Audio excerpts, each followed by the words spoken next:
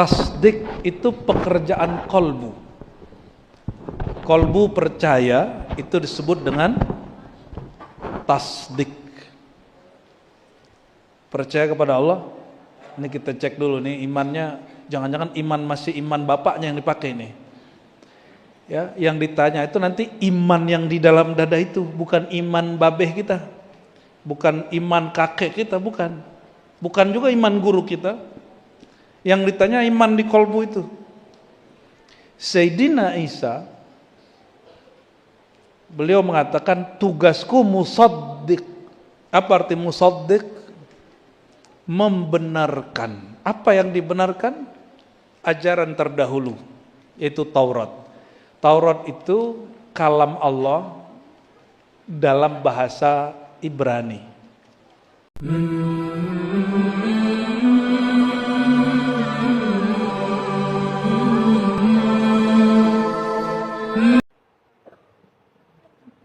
Ada tapi mencar-mencar.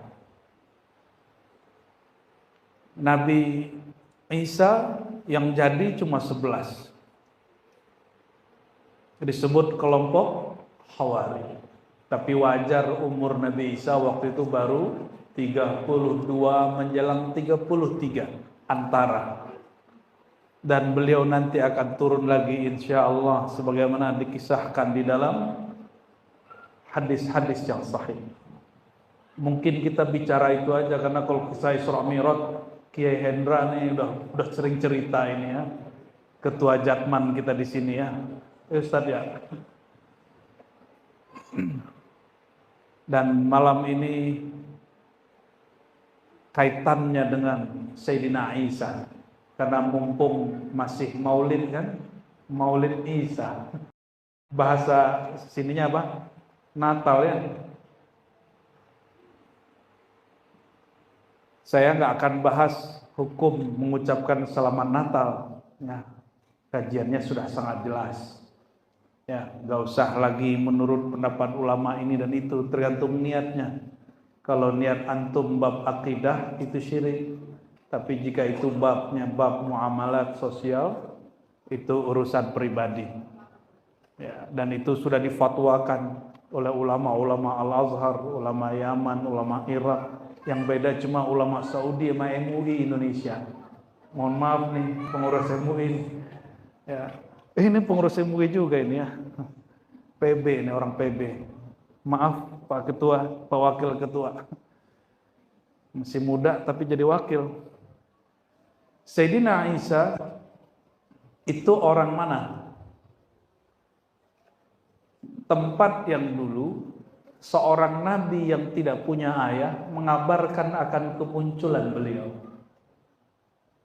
Apa kata beliau dalam surat As-Saff?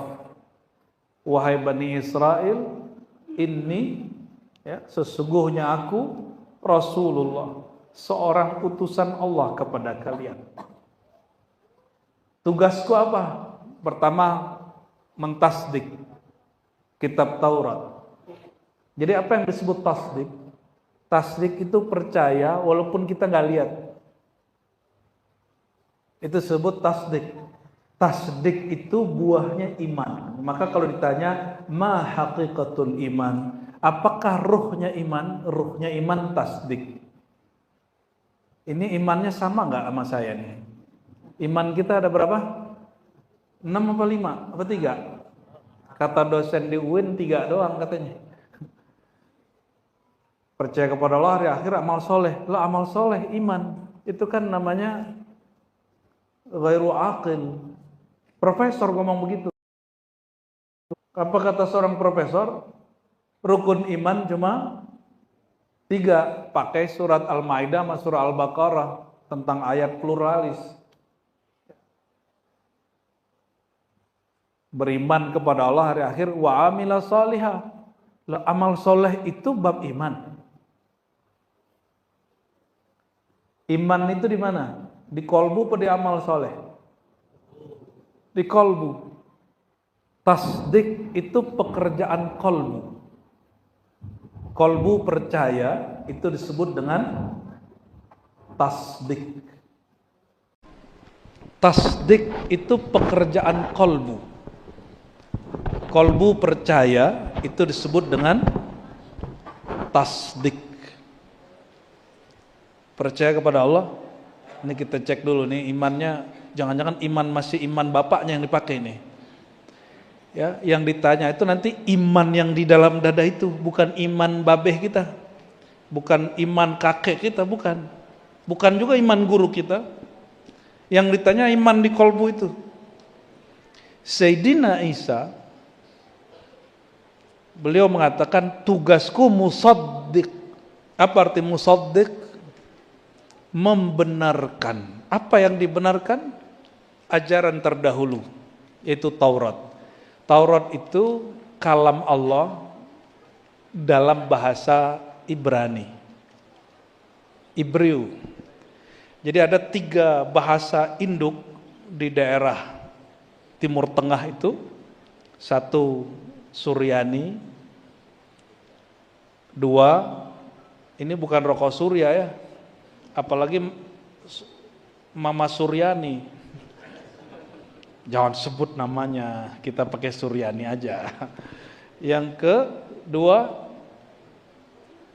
kedua Ibrani, Ibreu. Yang ketiga Arabiyah, bahasa Arab.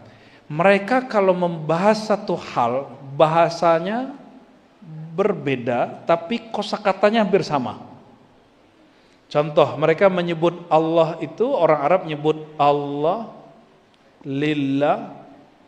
Mereka menyebutnya apa? Il, sama tuh. Maka waktu Sayyidina Isa dalam kisah yang diyakini oleh orang Nasrani, waktu disalib, apa kata Sayyidina Isa? Yesus, kata mereka. Padahal Yesus bukan bahasa Ibrani, bukan bahasa Suryani, bukan juga bahasa Arab. Karena nggak ada us di bahasa 3 ini. Itu mungkin bahasa Romawi mungkin itu. Lima sabaktani. Apa arti Tuhan. Allah. Ini bukan cocok logi. Ane emang belajar bahasanya.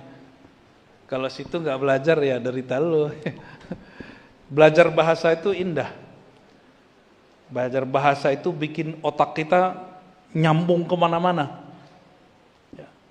Cuma belajar bahasa luar, kadang-kadang kita bahasa Jawa nggak paham-paham. Allahumma sholli ala Muhammad. Sayyidina Isa, tugas dia apa? Pertama, musaddiq.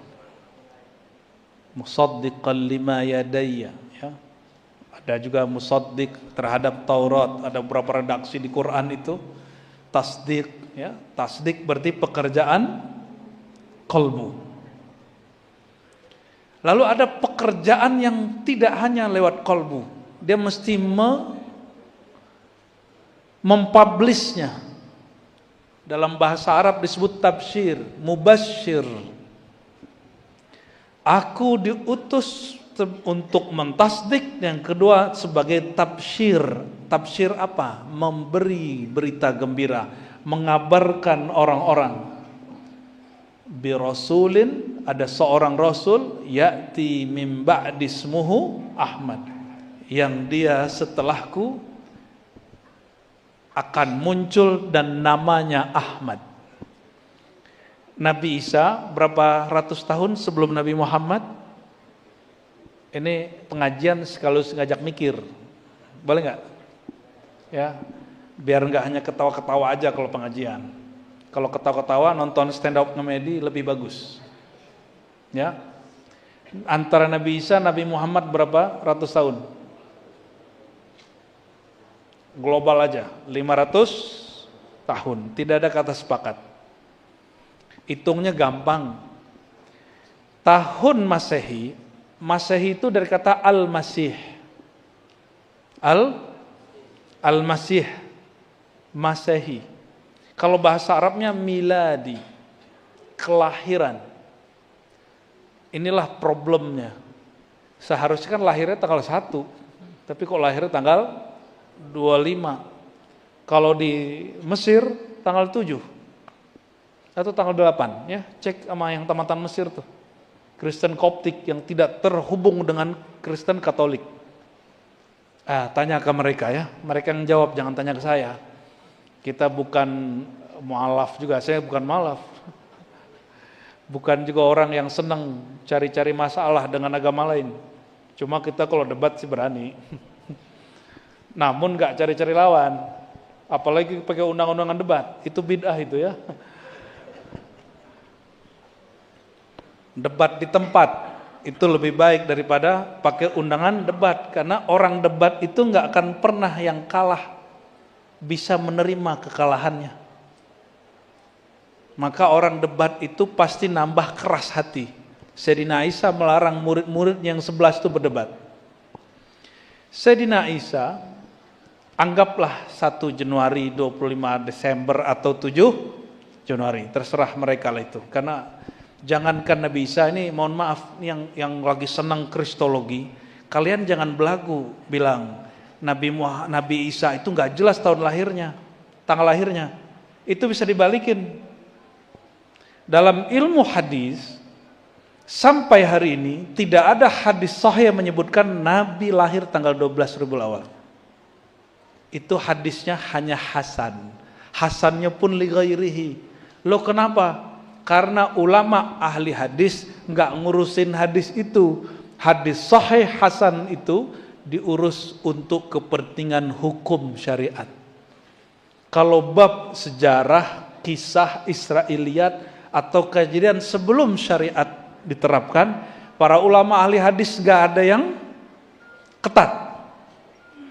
Nggak ada yang ketat. Maka kalau ada ustadz bilang itu isi maulid hadisnya dhaif, itu ada yang kurang tuh di kepala dia tuh.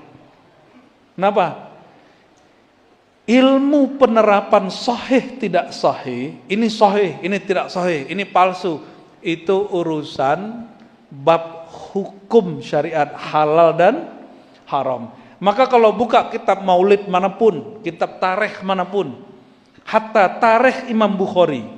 Ada yang pernah dengar tarikh Imam Bukhari? Taunya Sahih Bukhari ya. At-Tarikh Al-Kabir, At-Tarikh As-Saghir. Itu hadisnya juga banyak yang dhaif. Imam Bukhari itu hanya menyebutkan hadis sahih di kitab Al-Jami' As-Sahih. Dalam bab sejarah dia nggak masukin.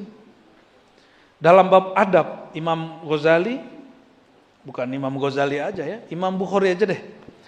Imam Al-Bukhari punya kitab Al-Adab Al-Mufrad, kitab adab-adab khusus. Itu 1 jilid. Dia menukil mulai dari hadis sahih sampai hadis yang dhaif. Itu imam siapa? Bukhari. Jadi kalau bab adab-adab, kenapa ada saudara kita seperti ulama-ulama ya dari India itu buat jemaah tabligh punya kitab Fadilah Amal. Itu hadisnya banyak dhaif, gak ada masalah. Pas kita cek gak banyak-banyak amat kok, dikit. Kok jadi bahas hadis nih Kiai? Ya. Ini juga ada tujuannya. Hadis yang kita punya hari ini tidak mencatat dengan pasti kapan Sayyidina Muhammad SAW lahir, tanggalnya. Namun semuanya sepakat satu hal saja, lahirnya tahun gajah. Tapi tanggal pasnya bulan Rajab kah? Ini bulan Rajab, ada riwayatnya. Ada bulan Rajab, ada bulan Sya'ban, ada bulan Ramadan, ada bulan Muharram. Di Ramadan saja ada 3 riwayat. Di Rajab juga lebih dari 1 riwayat. Jadi kalau ingin debat kristologi, mikir-mikir dulu, ya. Mikir-mikir dulu. Jangan kemudian, wah ketemu nih bahan, debat langsung. Kalau dia ngerti ilmu hadis, bisa hancur argumentasi kita. Sayyidina Isa alaihissalam, dalam bahasa mereka mungkin Yesus, ada yang tidak sepakat dengan sebutan itu. Beliau hidup 500 tahunan lebih, ya 560 sekian lebih sebelum Sayyidina Muhammad SAW. Beliau mengabarkan setelahnya ada seorang Rasul, itu versi Al-Quran. Kita nggak tahu versi Injil. Jangan juga bawa kitab Barnabas. Kenapa? Kitab Barnabas itu dianggap hadis palsu kalau di kita. Mereka punya otoritas sendiri mengatakan Injil Barnabas, Injilnya tidak diakui. Kalau di kita hadis palsu itu ada metodologinya. Nggak punya sanad atau rawinya pemalsu hadis. Masalahnya Injil dan Taurat tidak ada sanadnya sampai hari ini, kecuali sanadnya terputus. Kita beruntung nih, antum nih belajar hadis dhaif. Coba sebutin satu hadis. Ente hafal hadis Rajab nggak? Siapa yang puasa 1 hari gitu ya? Itu hadis dhaif semua itu. Tapi puasa Rajabnya dianjurkan nggak? Nah ini banyak ustadz gagal paham, baru belajar takhrij hadis. Ini hadis sahih tidak sahih, langsung kemudian mengatakan tidak boleh puasa Rajab. Kenapa? Hadisnya dhaif. Dia nggak bisa bedain keutamaan puasa Rajab. Semua hadisnya kecuali cuma satu, semuanya dhaif, bahkan palsu. Ciri-cirinya apa? Siapa yang puasa 1 hari, 2 hari, 3 hari, itu ciri-cirinya tuh. Ya. Namun Rajab itu bulan suci bukan? Bulan haram bukan? Dan beramal di bulan haram itu lebih mulia dari bulan yang lainnya. Itu cukup sebagai hadis dalil berpuasa bulan Rajab. Maka guru-guru kami ahli-ahli zikir mereka buat khalwat suluk di bulan Rajab. Kiai bulan tanggal berapa? 14. Nah, yang mau suluk di Palembang bisa suluk sama Kiai ganteng samping saya ini ya. Lihat tuh, kembar itu. Sayang ya, sudah punya istri. Allahumma sholli ala Sayyidina Muhammad. Sayyidina Isa mengabarkan apa? Ada Rasul setelahnya bernama Ahmad. Kok nggak disebut Muhammad?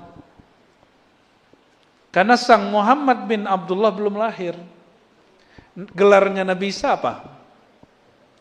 Kalimatullah, Ruhullah. Kalimatullah itu terjemahan agama sebelah firman Tuhan. Sama nggak? Sama. Firman, bagi mereka Nabi Isa itu kalam Allah yang berfisik.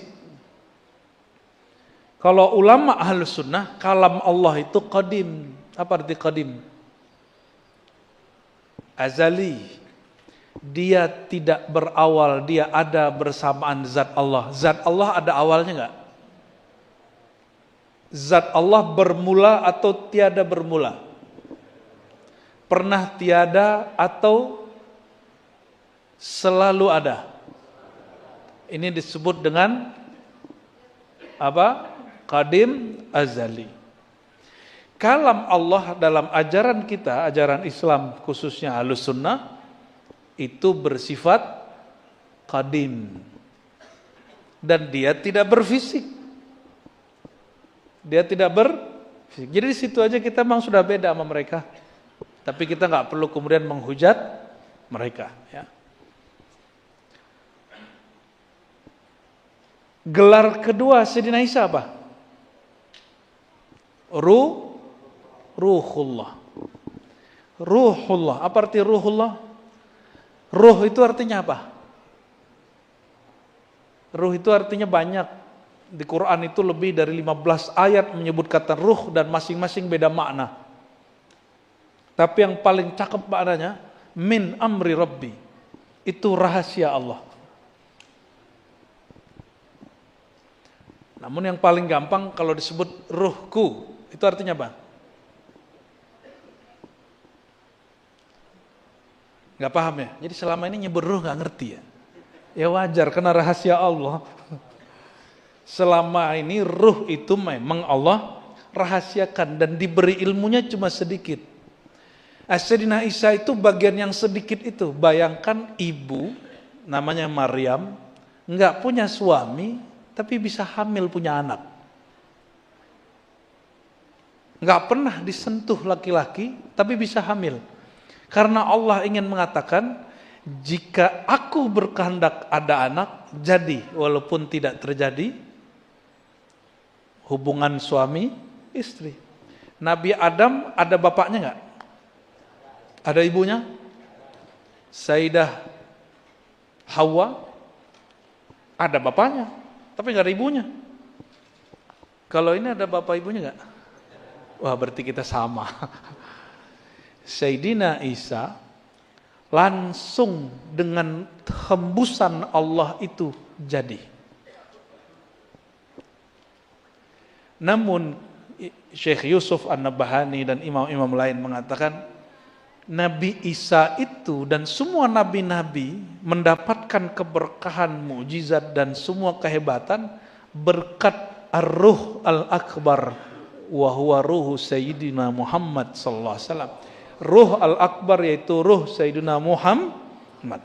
Berarti Nabi Isa dalam ilmu kita, bukan ilmu mereka, disebut Ar-Ruh Al-Asghar. Ya. Apa arti asghar? Kecil.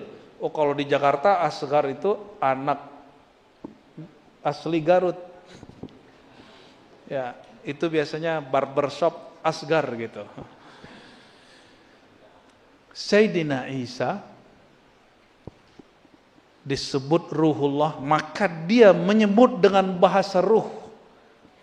Ruh Isa mengabarkan akan munculnya ruh yang paripurna, penutup dan semuanya, yaitu Ar-Ruh Al-Akbar Sayyidina Muhammad sallallahu alaihi wasallam. Maka disebut dengan nama ruhnya, yaitu Ahmad. Jadi sebelum sang Muhammad bin Abdul lahir, ruhnya sudah ada dan ruhnya ada namanya. Sudah ada namanya. Dan harusnya orang Thariqat Qadiriyah nggak ada yang nolak ilmu ini, Kiai. Cuma saya ketemu orang Qadiriyah nolak itu. Padahal di kitab Ghunya dan di kitab Al-Fathur Rabbani beliau menyebutkan dengan eksplisit. Kata beliau di kitab Al-Fathur Rabbani, masmuka walaqabuka fil malakutil a'la. Nama dan gelarmu di alam malakut a'la apa? Yang banyak make kalimat di kitab Ghunya. Di kitab Ghunya disebutkan nama ruhani itu hanya Allah yang tahu. Itu bukan terjemahannya seperti itu. La ya'lamuha illallah, ay la ya'lamu adadaha illallah. Tidak tahu jumlahnya kecuali Allah. Kalau enggak Syekh Abdul Qadir ngapain nanya? Nanti Al-Fathur Rabbani Kiai ada majelis ke-12. Tsani Asyar. Di situ beliau tanya, siapa nama dan gelarmu di alam malakut? Kalau ini alam apa namanya nih? Alam carut marut. Ya, namanya siapa di sini? Punya nama ID card, punya KTP? Coba kalau nggak punya KTP, bisa naik pesawat nggak? Nggak bisa. Bisa sekolah? Nggak bisa. Maksud beliau bertanya begitu, orang kalau nggak punya nama di sana nggak punya akses. Dia nggak punya akses. Sayyidina Isa tahu itu. Maka dia katakan nanti yang bernama Ahmad itu akan muncul dalam sosok manusia. Tapi jangan sebut reinkarnasi. Ya, jangan sebut reinkarnasi. Sayyidina Isa yang mengabarkan itu, dia menghilang. Inni rafi'uka ilayya, aku angkat engkau hai Muhammad, itu di negeri Palestina, tempat Sayyidina Muhammad sallallahu alaihi wasallam bermi'raj. Cuma nganterin doang, ceritanya panjang bener ya. Ya itulah khasnya orang-orang ahli sunnah tuh begitu ya, orang-orang aswaja. Kalam tawil ya, tapi semoga ada maknanya. Amin ya. Sayyidina Isa nanti pun turun gak jauh-jauh dari negeri Syam, dari negeri Palestina. Disebutkan dalam hadis Imam Muslim, yanzilu Isa akan turun di satu tempat namanya Manarah Baida, menara putih. Itu tempatnya di mana? Tempatnya di negeri Syam, yang negeri Syam mulai dari 2000 berapa ya? 2011 Pak, 12. Konflik, dan baru konfliknya kemarin selesai babak pertama. Kita nggak tahu konflik setelah ini. Presidennya kabur. kabur. Nggak ada, udah capek perang. Kalau 2011, sekarang berarti berapa tahun? Itu tidak sedikit ulama yang disembelih, tidak sedikit masyarakat yang jadi korban. Karena yang berjuang di sana tidak hanya mujahid, tapi mau jahat banyak. Aliran-aliran kelompoknya banyak.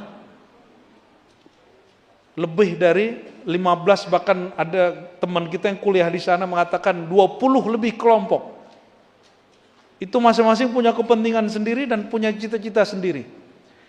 Jadi tempat ini karena disebutkan di hadis Nabi akan turun Isa di negeri Syam namanya Manarah Baidha. Ternyata itu pengkhabaran di mana turun Nabi Isa, berarti di situ negeri tempat banyak fitnah dan huru-hara. Itu maksudnya. Untung nggak turunnya di Palembang, Pak. Kalau di Palembang pesantrennya Kiai Hendra dan Henry tutup. Kita nggak mungkin bikin pengajian begini nih ya. Itu semua Allah ciptakan, Allah biarkan itu terjadi, menunggu dan menyongsong kehadiran Sayyidina Isa. Dan Sayyidina Isa itu simbol kematian Dajjal. Bapak Ibu, kenapa Dajjal Nabi Isa ini gelarnya sama-sama Al-Masih? Kenapa sama-sama Al-Masih? Apa arti Al-Masih? Masaha, yamsahu, mashan, masihan, mamsuhan. Apa artinya? Ini apa? Kalau orang belajar fikih berwudu, surat ke-5 ayat ke-6, wamsahu biru'usikum. Apa artinya?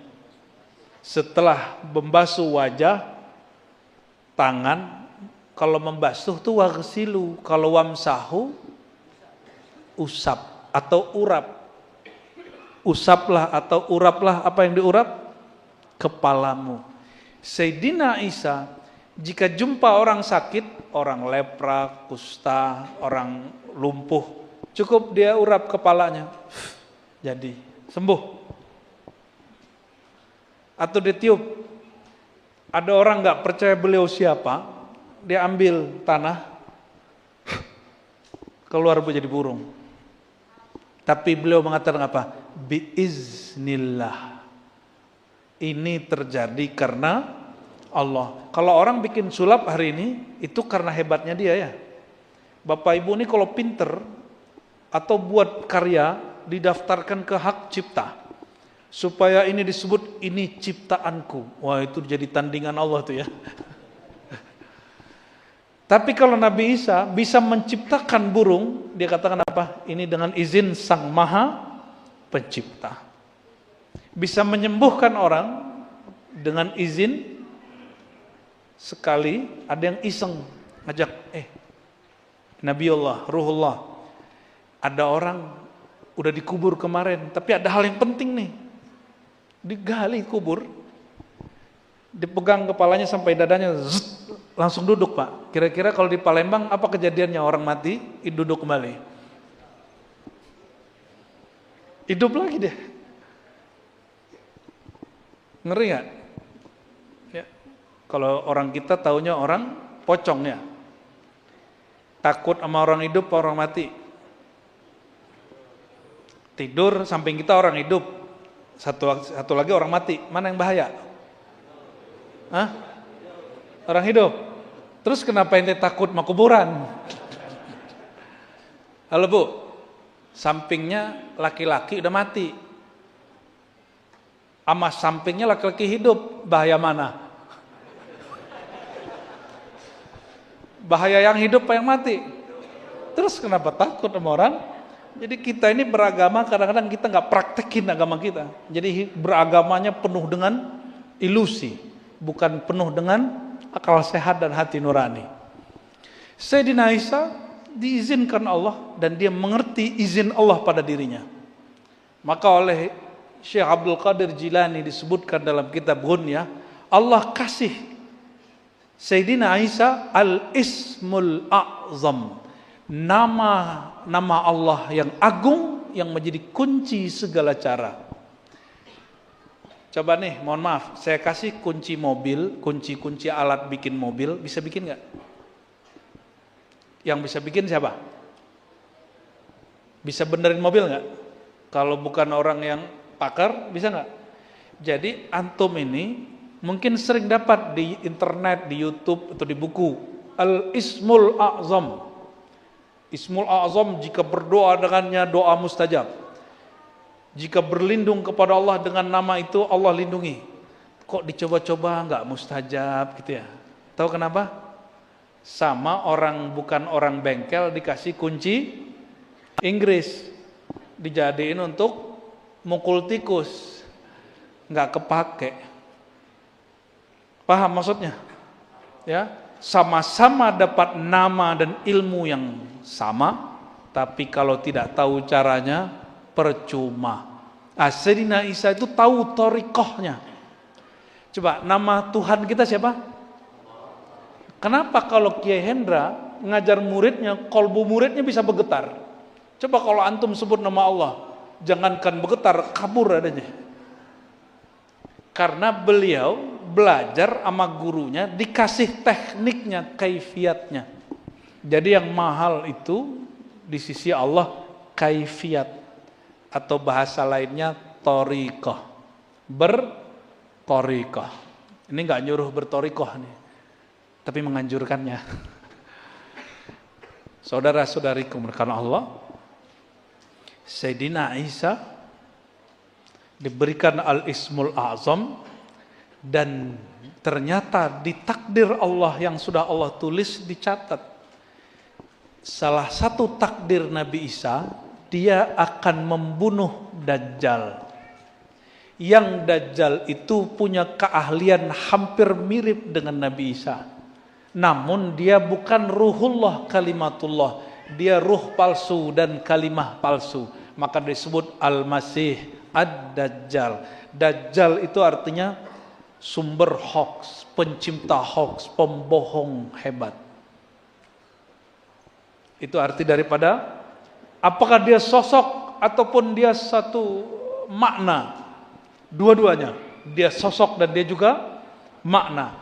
Makna akan muncul sebelum sosoknya datang. Sebagaimana nama Sayyidina Ahmad muncul sebelum sosok Muhammad bin Abdullah, Sayyiduna wa Syafi'una, Sayyidul Awwalin, Sayyidul Akhirin, terlahir 500 tahun setelah itu. Jadi sekarang makna-maknanya Dajjal sudah mulai muncul, tapi sosoknya belum dikeluarkan Allah. Izin Allah juga sih ya. Dajjal ini gurunya nggak sembarangan, Pak. Kalau gurunya profesor, minimal jadi doktor. Kalau gurunya mursyid, muridnya jadi mursyid. Kalau gurunya wali, muridnya jadi wali. Gurunya Dajjal, nama kecilnya adalah Samiri, bukan sembarang orang. Gurunya makhluk dari langit, tercipta dari cahaya, pemimpin para malaikat. Siapa dia? Jibril. Coba bayangin, ada nih orang belajar sama Jibril, ngeri gak? Maka saya dapat suatu hikmah. Oh, kalau ada hari ini orang ngaku ngaji sama Jibril, siapa tahu dia makna-makna Dajjal itu. Siapa tahu dia beneran, siapa tahu bukan. Ya, jadi hati-hati ntar kalau dapat salam dari orang yang ngaku ketemu Jibril, hati-hati ente. Bisa jadi bener, bisa jadi bukan. Ada Pak cara ilmu biar tahu itu bener apa enggak. Sayyidina Jibril ketika terjadi sesuatu bandang di muka bumi, ada anak, yang anak itu lahir dari orang menyembah berhala dan melakukan hubungan suami istri di tempat berhala. Yang nyuruh setan. Ini orang nggak pengen punya keturunan tapi pengen cara cepat. Datanglah ke dukun, ternyata ini bukan dukun herbal tapi dukun khurafat. Apa kata dia? Oh, kamu kalau mau punya anak cepat, nggak pakai lewat medis, itu ada kuil berhala. Kamu bikin anak situ. Semangat mereka semua istri datang ke sono.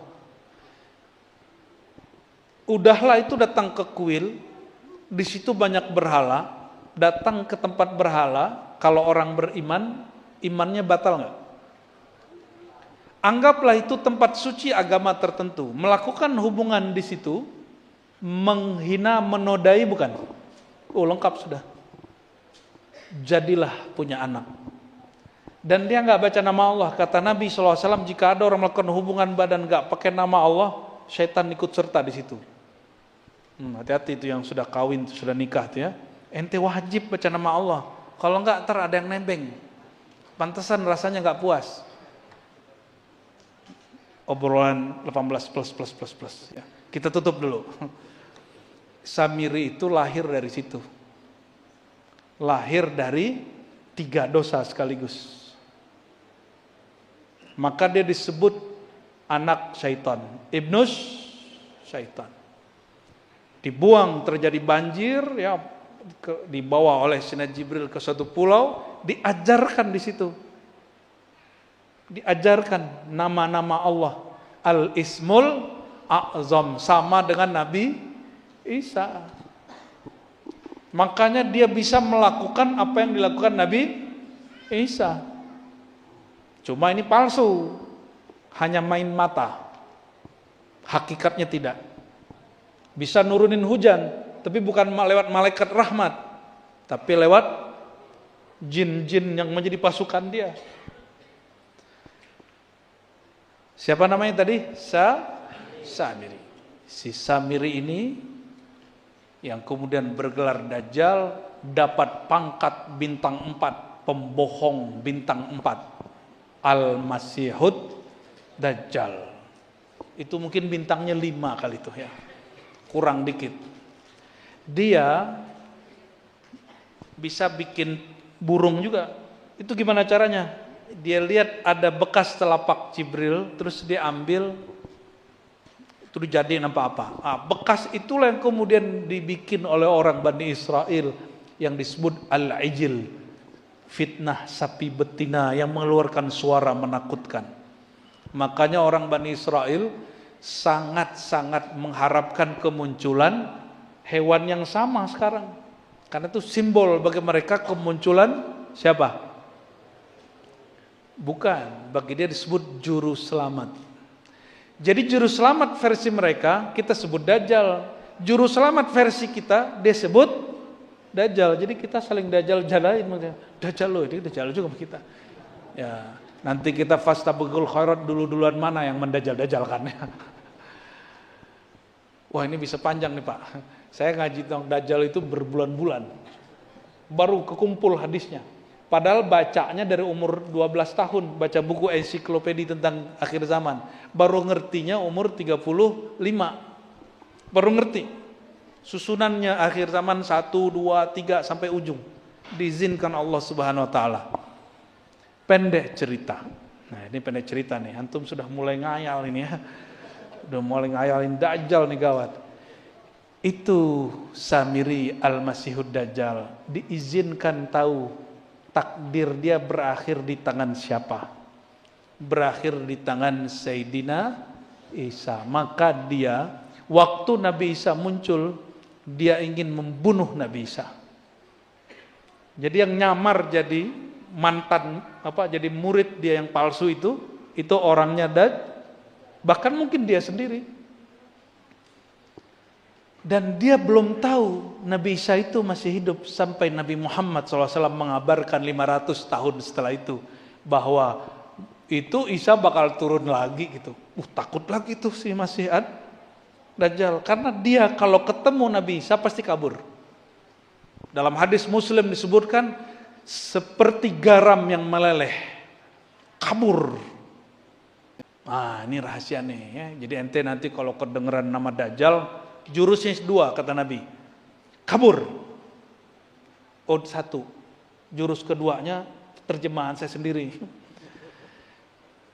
Sebut Nabi Isa. Kabur. Kalau Nabi bilang kabur, jangan pernah kamu berpikir ketemu Dajjal, kamu masih beriman.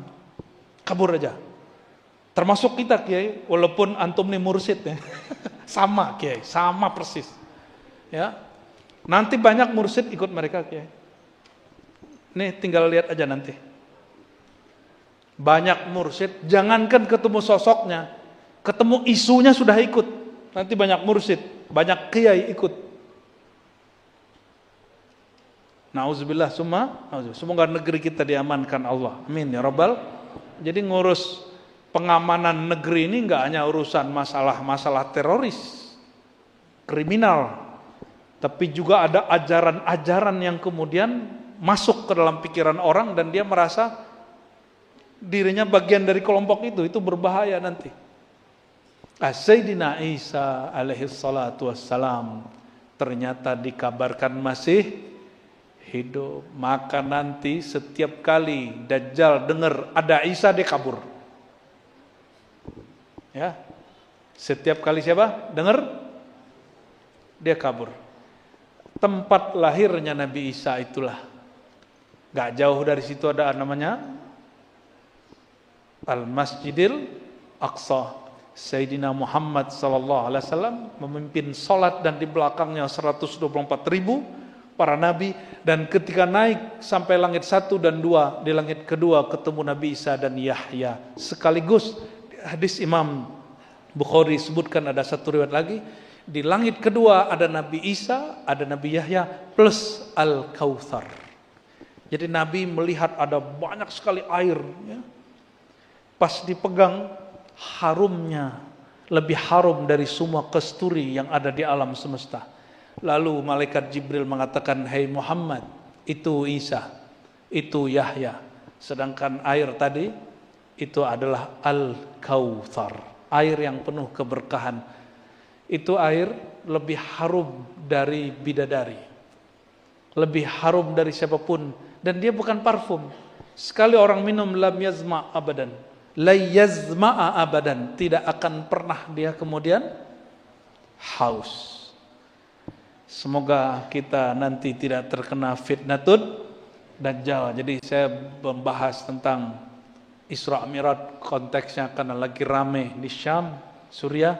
Kita doakan semua ulama yang gugur kemarin, semua mujahid-mujahid yang mungkin berjuang, yang perjuangannya tepat atau tidak tepat, Allah ampuni mereka.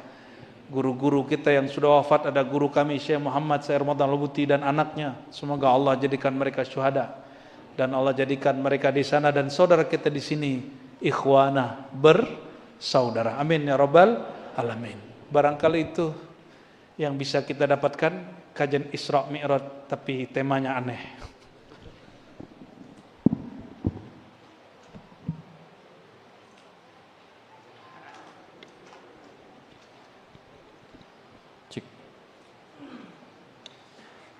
Baik, jazakallahu khairan Buya Ar-Razi atas apa yang telah disampaikan, dan selanjutnya Bapak Ibu kita akan buka sesi tanya jawab diskusi bersama dengan Buya Ar-Razi. Untuk di awal ini kami persilakan satu penanya dari ikhwan Bapak-bapak dan satu penanya juga dari ibu-ibu ya. Nanti boleh untuk diangkat tangannya satu ya, satu yang dari sini. Ibu-ibunya boleh. Ada yang mau bertanya atau jelas semua? Atau bertanya tentang di luar tema juga nggak apa-apa Bu ya, insya Allah ya. Kalau saya bisa jawab. Kalau bisa jawab. Ibu-ibunya boleh? Oke, satu ya, kita berikan dulu kesempatan. Ada mic satu lagi nggak? Oh iya, boleh Pak bantu yang di sini satu. Ini Pak, yang di sini. Ya. Boleh berdiri, Masnya? Ya, silakan disampaikan nama dan langsung pertanyaannya. Nanti boleh langsung dioper mic-nya ke belakang. Ada satu akhwat, langsung saja juga nanti dipersilakan sampaikan nama dan pertanyaan. Silakan. Bismillahirrahmanirrahim. Assalamualaikum warahmatullahi wabarakatuh. Terima kasih atas kesempatannya. Mohon izin bertanya, Bu ya. Tadi di Masjid Agung kami belajar tarikh,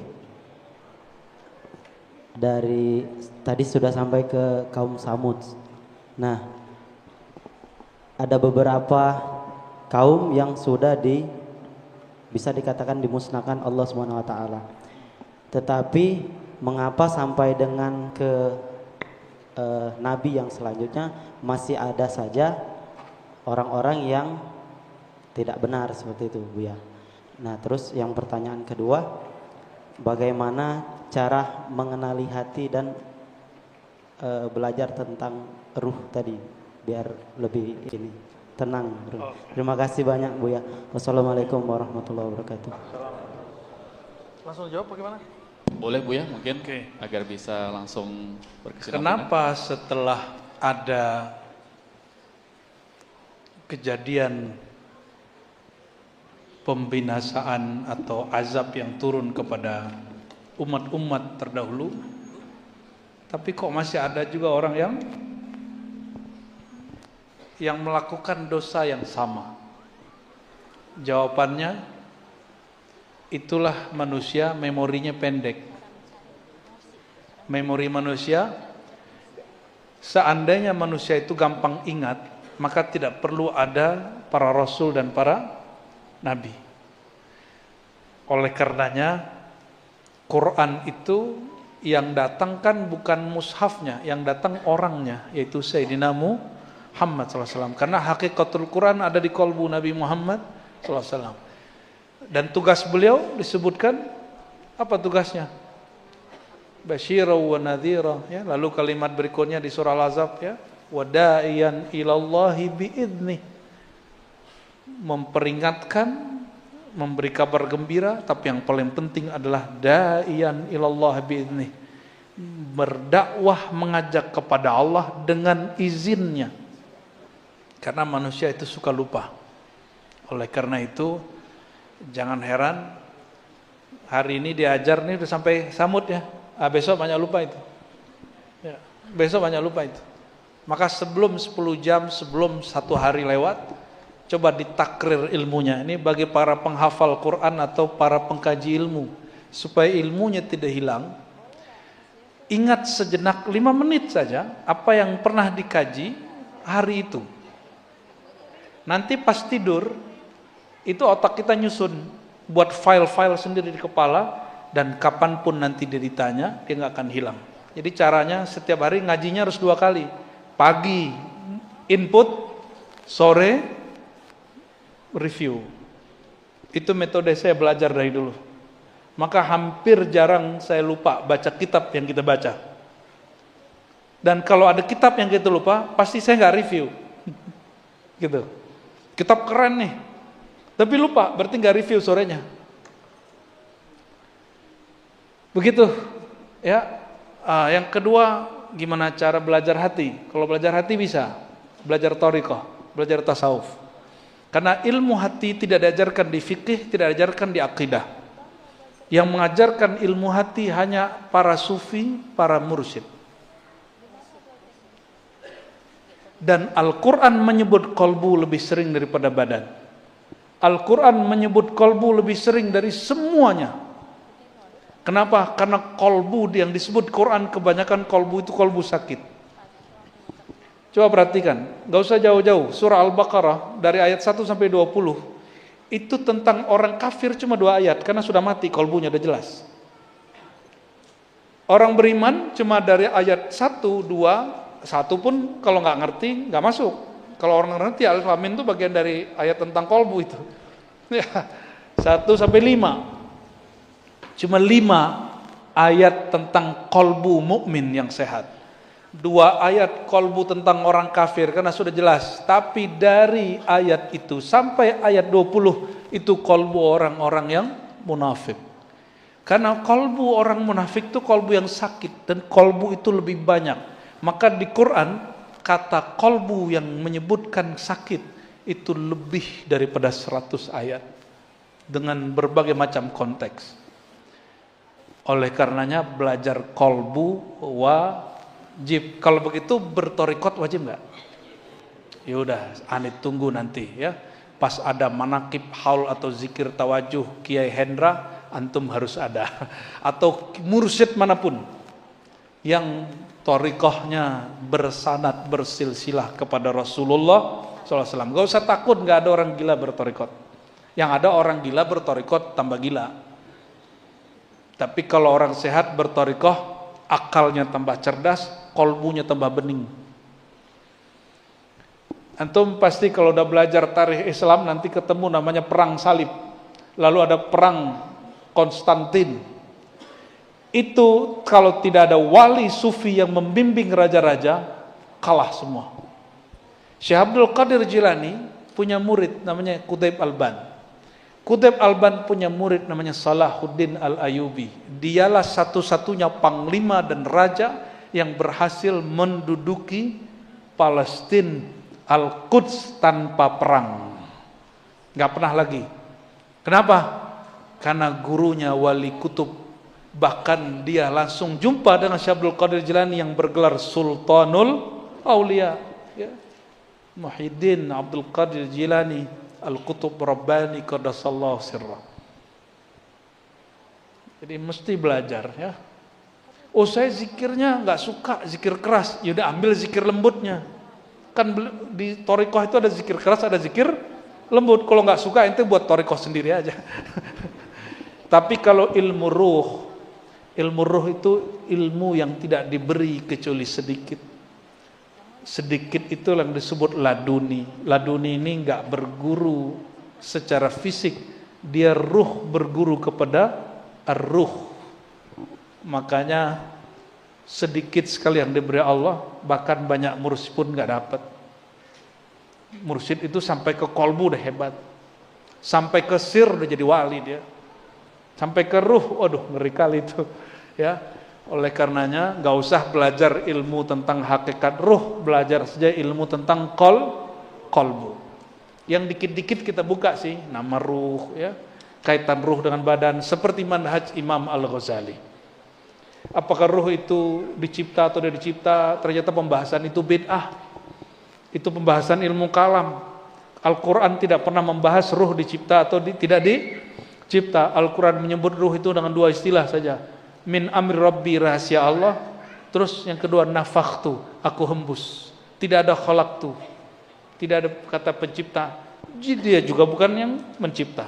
Maka katakan apa yang Allah katakan, itu cukup.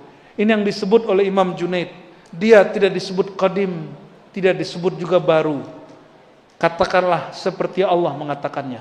Ini Imam Junaid, imam dalam tariqah sufi ahlu sunnah wal jamaah.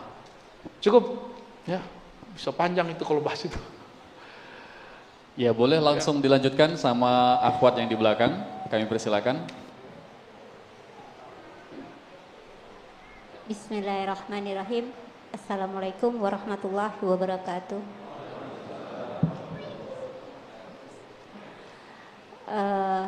Buya, alhamdulillah malam ini saya bisa ikut majelis atau kajian Buya Razi yang selama ini saya hanya menonton di YouTube.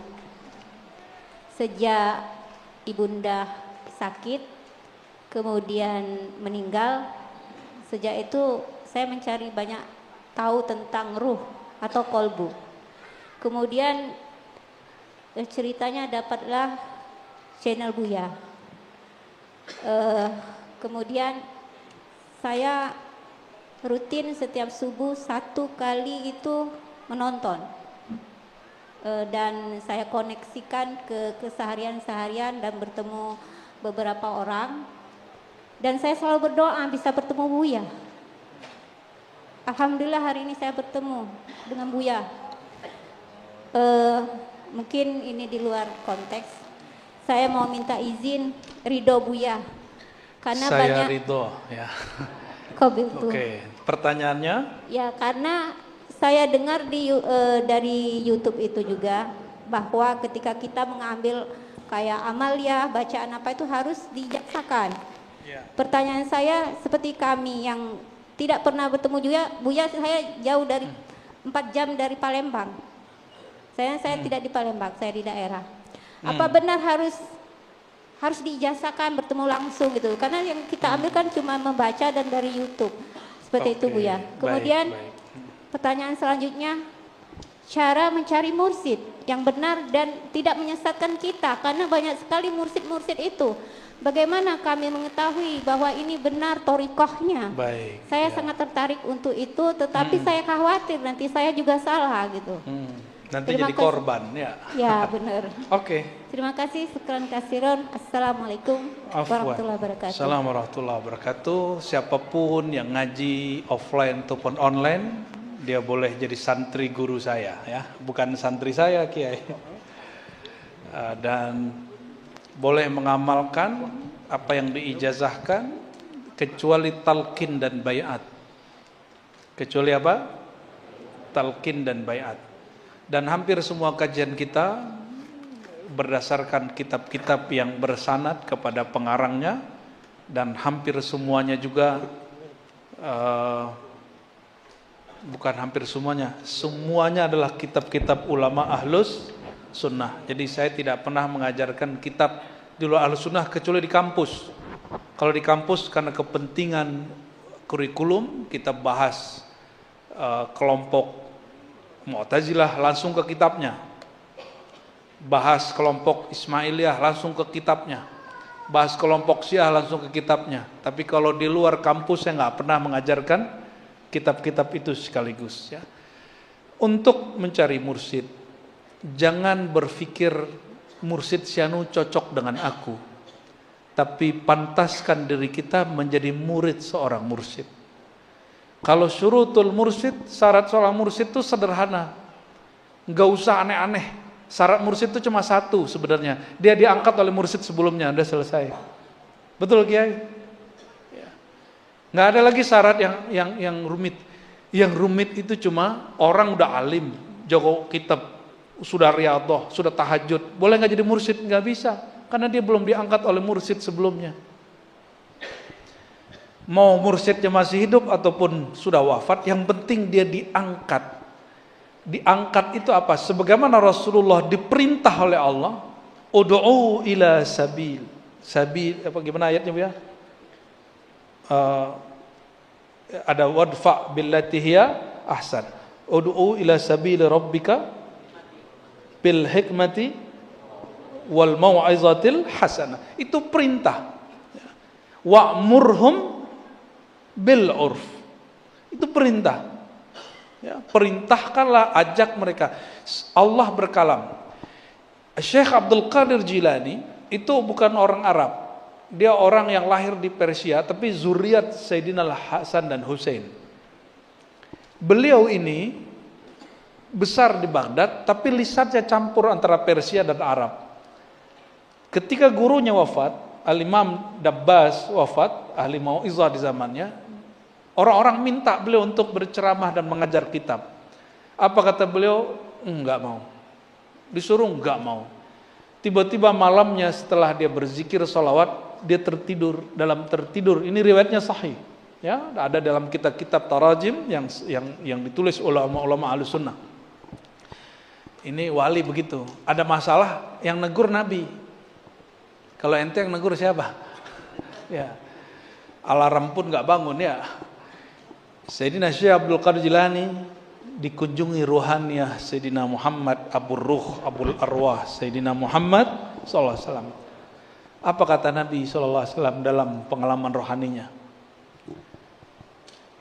Kallim. Apa arti kallim? Bicaralah kamu, jangan diam. Sebar ilmumu, jangan dipendam. Lalu Syekh Abdul Qadir berkata, ya Sayyidi, lastu bi Arabi, ana ajami. Aku orang ajam, orang asing, bukan orang Arab. Lisanku tidak fasih. Kata Nabi, kalim sampai 3 kali. Baru dia bangun. Besok baru dia kemudian mengumumkan, melanjutkan majelis guru-gurunya. Karena gurunya yang perintah ini. Dan yang maha guru Sayyidina Muhammad pun memerintahkan. Maka hampir semua riwayat-riwayat yang disebut hadis, padahal bukan hadis di kalangan sufi, itu kalam-kalam beliau. Kalam-kalam beliau. Al-alam minni wa ana minallah. Alam dariku, aku dari Allah, itu bukan hadis Nabi. Itu kalam beliau dalam pengalaman rohaninya. Ya. Jadi jangan berpikir mursyid Syanu pantaskah bagiku. Ya. Mursyid itu syaratnya cuma satu, diangkat oleh guru mursyid sebelumnya yang thariqatnya sah dan juga ijazahnya sah. Ya. Bersambung sampai kepada Rasulullah. Guru sebelumnya diangkat oleh guru sebelumnya terus sampai kepada Sayyidina Muhammad sallallahu alaihi wasallam. Biasa guru-guru itu tengkarkan mereka manusia, ya. Kan ikhtilaful ulama rahmah. Bukan hadis ya. Ulama kalau ikhtilaf rahmah. Banyaknya thariqah, banyaknya mursyid itu rahmat. Kalau nggak cocok sama mursyid yang kenceng, cari mursyid yang lembut, tuh gampang tuh. Nggak cocok sama zikir keras, cari zikirnya yang lembut. Jadi pantaskan diri kita untuk bertemu pewaris Rasulullah. Jangan berpikir mursyid syanu nggak pantas, ya. Gitu Kak ya. Semoga ketemu segera. Dan saya tutup dengan satu hadis. Hadis Imam Ahmad yang selalu kami sampaikan kepada semua orang yang mencari guru mursyid, murabbi. Ini murabbi beda dengan murabbi pergerakan. Ini murabbi kolbu. Kata Nabi SAW, hadis Imam Ahmad, hadis sahih, hasil sahih li ghairihi, ma khaba man istakhara wala nadima man istasyara. Ya. Kalau riwayat Ahmadnya, min husni islamil mar'i, ya. Min husni islamil mar'i, di antara ciri-ciri orang itu akan beruntung, jalannya bagus. Ayyastakhira ilallah fi amrih. Dia beristikharah kepada Allah dalam urusannya. Adapun yang pertama riwayat Dailami, kalau yang kedua itu riwayat Imam Ahmad. Maka jika ingin bergurunya beruntung, berguru yang gurunya betul-betul al-waris al-Muhammadi, pewaris Sayyidina Muhammad SAW, ya, istikharah dulu dan musyawarah kepada guru-guru mulia. Guru mulia yang hatinya tidak iri dan dengki. Kalau guru iri dengki dia bilang, oh jangan ke situ, ngaji ke saya aja. Ya, padahal kalau guru mulia dia tidak mengarahkan murid sesuai nafsunya, tapi dia mengarahkan murid sesuai isyarat dari Allah Subhanahu wa ta'ala. Biar murid fokus ke Allah, bukan fokus ke dirinya. Ya. Betul, harus hati-hati, jangan sampai dieksploitasi. Karena banyak juga mursyid-mursyid yang mengeksploitasi. Itu mursyid dajjal, ya, bukan mursyid sahih. Tapi jangan kemudian antum berpikir, ya mohon maaf, orang yang paling banyak berkorban untuk Sayyidina Muhammad, Sayyidina Abu Bakar. Sayyidina Abu Bakar itu untuk mursyid beliau, nama mursyid beliau Sayyidina Muhammad. Hartanya dikasih, kendaraannya dikasih. Enggak ada lagi anak jadi hantar, wahai Rasulullah, jika ini yang bisa bikin engkau terhibur, ini ambil anak saya. Coba kan, enggak ada yang berani begitu kan sama saya. Bawain mobilnya, rumahnya, kan enggak ada yang berani. Paling-paling baru bantu sekian, itu sudah merasa berjasa. Jangan.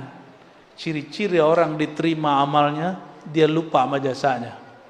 Ciri-ciri mursyid diterima di sisi Allah ilmunya, amalnya, dia pun tidak merasa memiliki murid, tapi dia merasa dititipi murid, itu beda. Ya. Jadi yang sudah punya mursyid, yang sudah banyak pengorbanan, jangan pernah sekali ngomong gini, aku ini, kan orang Palembang nih, aku ini sudah banyak berkorban habis-habis untuk Tuan Guru ini, tapi aku pun datang tak disapa. Ya salam. Hal itu terjadi pada Syekh Abdul Qadir Jilani. Setiap ada tamu datang yang baru, beliau sambut, masukin ke kamar yang khusus, ruang tamu. Tapi murid-murid yang sudah biasa datang, langsung disuruh masuk. Gitu. Akhirnya mereka ngegosip, kok kita yang sudah lama khidmat ini kurang dihargai oleh Tuan Syekh. Sampailah ke telinga beliau secara rohani ataupun secara empirik. Pulang tamu, itu beliau kemudian keluar dari ruang tamu, datengin orang yang lagi gosip. Ngegosip di surau dia sendiri, bayangin coba. Ini murid kurang ajar bener ini. Atau murid emang kurang ajar ya? Kurang diajar. Akhirnya beliau ngomong gini, wahai Ananda, para muridku, kalau kalian kan sudah tahu siapa aku sudah tahu siapa kalian. Apa masih perlu kita bermanis-manis muka? Sedangkan tamu-tamu itu belum tahu siapa aku, belum tahu siapa kalian, belum tahu majelis ini apa. Maka aku sambut mereka baik-baik. Aku spesialkan mereka karena nabimu bersabda, siapa yang percaya kepada Allah dan hari akhir, maka ikram, muliakanlah, bermurah hatilah kepada tamu. Baru muridnya diem. Ini nanti kalau ada nih orang khidmat ke Kiai Hendra nih, murid lama cemburu. Nah, itu kejadiannya sama tuh, ya.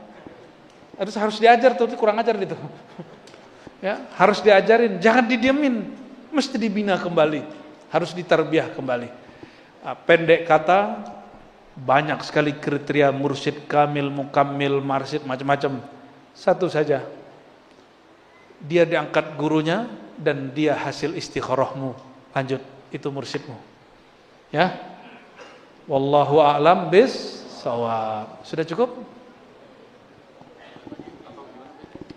Satu aja deh, ya, sebelum jam 10. Sebelum jam 11 atau 10 tuh? Baik, itu jam 10 kurang Bu ya. Kayaknya jamnya masih kecepatan itu Bu ya. Iya. Baik, satu lagi kami berikan kesempatan di sesi ini. Oke. Yang mana Bu ya? Boleh itu Bu ya. Apa? Satu yang peci hijau, satu lagi boleh Akhwat. Oh ya, satu lagi dari sini ya. Baik, kami persilakan Bapak, nama dan pertanyaannya. Langsung pertanyaan ya. Terima kasih Buya. Pertanyaannya, kita sebagai manusia itu hidup nyata dan menghadapi kenyataan. Mohon ilmu dan petunjuk Buya, bagaimana cara kita berprasangka baik atau berhusnuzon terhadap takdir Allah. Terima kasih. Itu ilmu sepanjang hidup itu Bang. Karena jangankan si abang yang nanya ini, kiai aja bertengkar dengan takdirnya.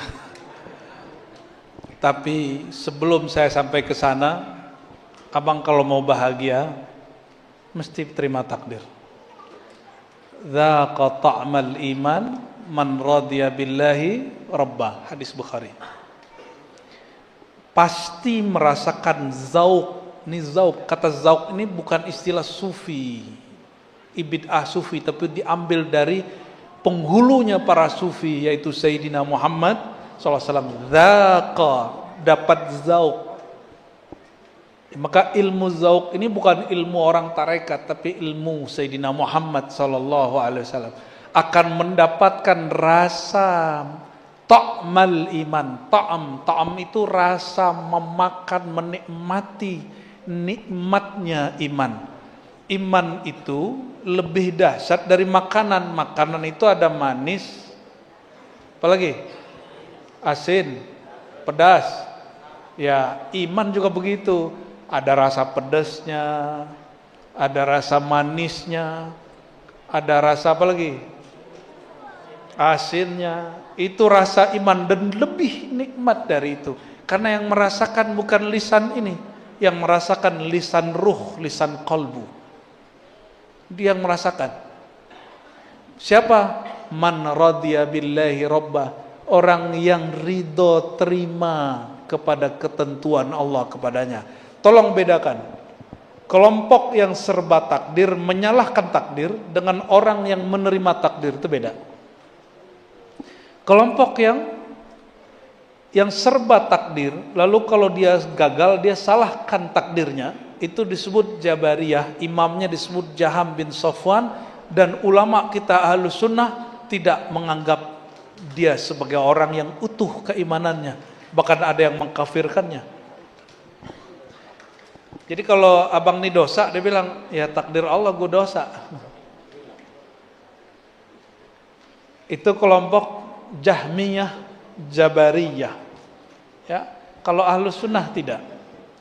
Ahlus Sunnah itu ngasih jalan keluar sesuai Allah jalan keluarnya. Apa kata Allah? Gimana cara menghubungkan kehendak kita dengan kehendak Allah? Jawabannya satu aja. Wa ma tasyauna illa ayyasha Allah. Tiadalah engkau berkehendak kecuali, ya, ini versi terjemahan bebas ini ya, kecuali engkau tundukkanlah pada kehendaknya Allah. Itu yang disebut ridha. Kita mau, Allah nggak mau, mana yang jadi? Yang Allah kehendaki atau kita? Yang punya bumi ini siapa? Yang punya langit siapa? Maka bumi dan langit ini suka-suka siapa? Saya masuk, pindah, nginep atau minjem nyewa rumah atau dipinjemin rumah. Itu rumah suka-suka yang punya atau suka saya yang minjem? Oke, sudah. Kalau Bapak ini punya tanah itu cuma suratnya doang, tanahnya mah enggak. Ya, tanahnya milik Allah. Maksud saya sederhana. Bumi ini ayatnya jelas, kita baca setiap baca Yasinan, lillahi ma fis samawati wal, ya akhir suratul Baqarah, milik Allah lah langit di bumi. Maka suka-suka Allah. Jika ingin bahagia, ikutin suka-sukanya Allah. Jangan buat suka-suka sendiri. Tundukkan keinginan kita kepada keinginan Allah. Lalu cara lugasnya gimana?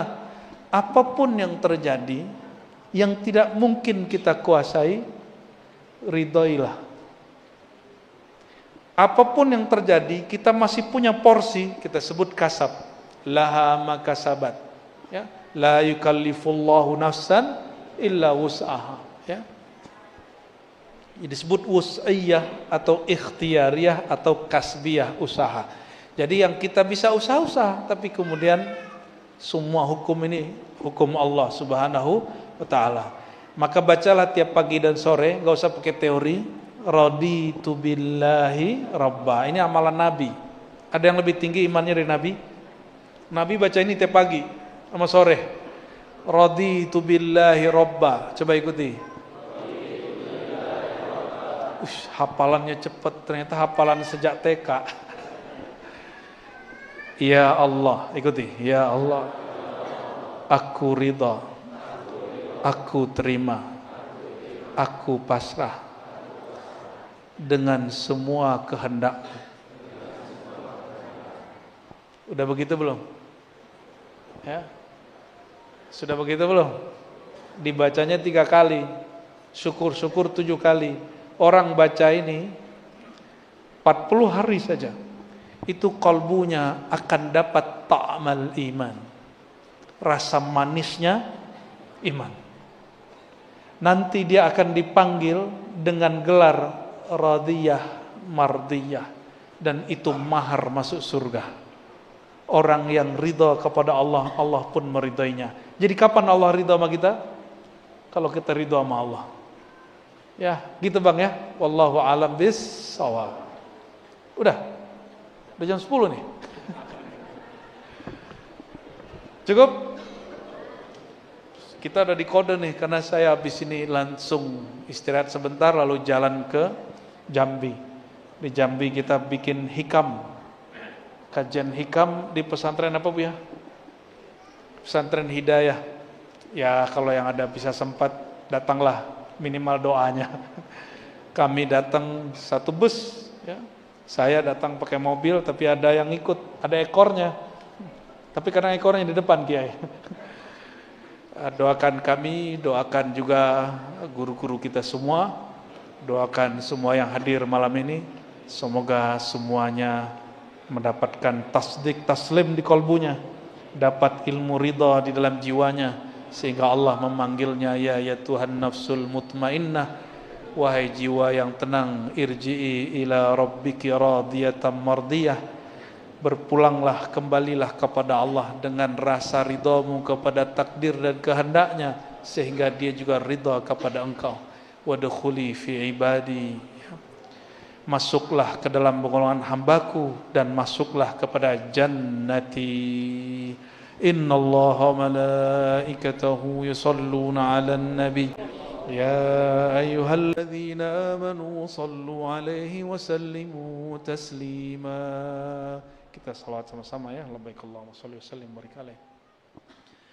Ya Nabi salam alaika, يا رسول سلام عليك، يا حبيب سلام عليك، صلوات الله عليك، صلى الله على Muhammad. Hadirkan Nabi dalam hati. Sallallahu alaihi wasallam, sallallahu ala Muhammad, sallallahu alaihi wasallam. Anta syamsun anta badrun, anta nurun fawqa nuri, anta isiru wa ghali, anta misbahu suduri. Sallallahu ala Muhammad, sallallahu alaihi wasallam, sallallahu ala Muhammad, sallallahu alaihi wasallam. Tala'al badru alaina min thaniyatil wada'i, wajaba syukru alaina ma da'a lillahi da'i. Sallallahu ala Muhammad, sallallahu alaihi wasallam, sallallahu ala Muhammad, sallallahu alaihi wasallam. Al-Fatihah. Bismillahirrahmanirrahim. Iyyaka na'budu wa iyyaka nasta'in. A'udzu billahi waladdallin. Amin. Allahumma inna nas'aluka ridha. Ya Allah, kami mohon ridhamu. Allahumma ya Allah, inna nas'aluka syauq ilaik. Ya Allah, tumbuhkan rasa rindu kami ke hadiratmu, rindu kami jumpa kepada Engkau. Wa nas'aluka syauqa ila habibik. Ya Allah, mohon tumbuhkan rasa rindu kami kepada kekasih Engkau Nabi Muhammad sallallahu alaihi wasallam. Rabbana atina fid dunya hasanah wa fil akhirati hasanah wa qina adzabannar. Wa sallallahu ala sayyidil wujud sayyidil qaunain wa ala alihi wa sahbihi wa baraka wa sallam. Walhamdulillah rabbil alamin. Mohon maaf salah kurangnya.